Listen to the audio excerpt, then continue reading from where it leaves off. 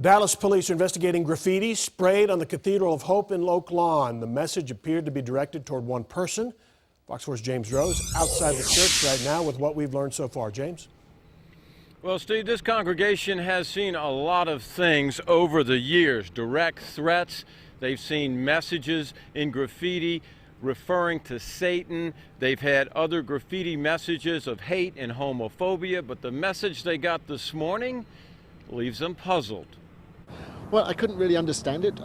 The senior pastor of the Cathedral of Hope, Reverend Neil Cazares Thomas, unfortunately, has seen hate-filled homophobic graffiti before. But this is unusual.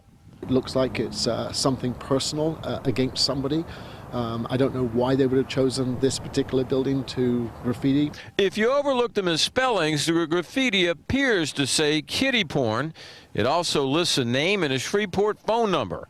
Fox 4 News called the number, which was disconnected. I mean, it didn't seem that this particular person was very well educated, or they wanted us to perceive it that way. Facilities manager Lynn Taylor was tasked with painting over the graffiti.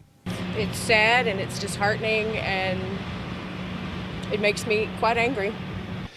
Dallas police investigated the crime scene and say at this point it's too early to determine the intent or motivation of the offense, but it will be reviewed by detectives.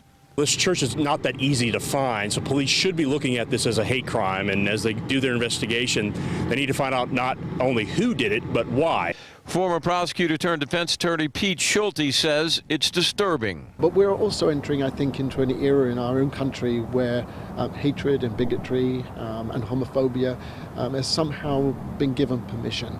And so as a congregation, we are on alert that these things will happen. We will remain strong and continue to preach our message of God's love for all of God's people. And regardless of what happens, that's our mission, that's our values, and that's what we'll continue to preach.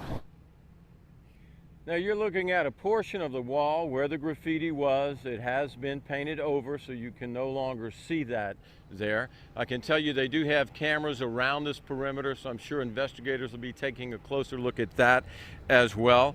But I can tell you that if investigators are able to catch who's responsible for this and they determine that it is indeed a hate crime, for instance, if this is considered a misdemeanor crime, that could be bumped up to a felony.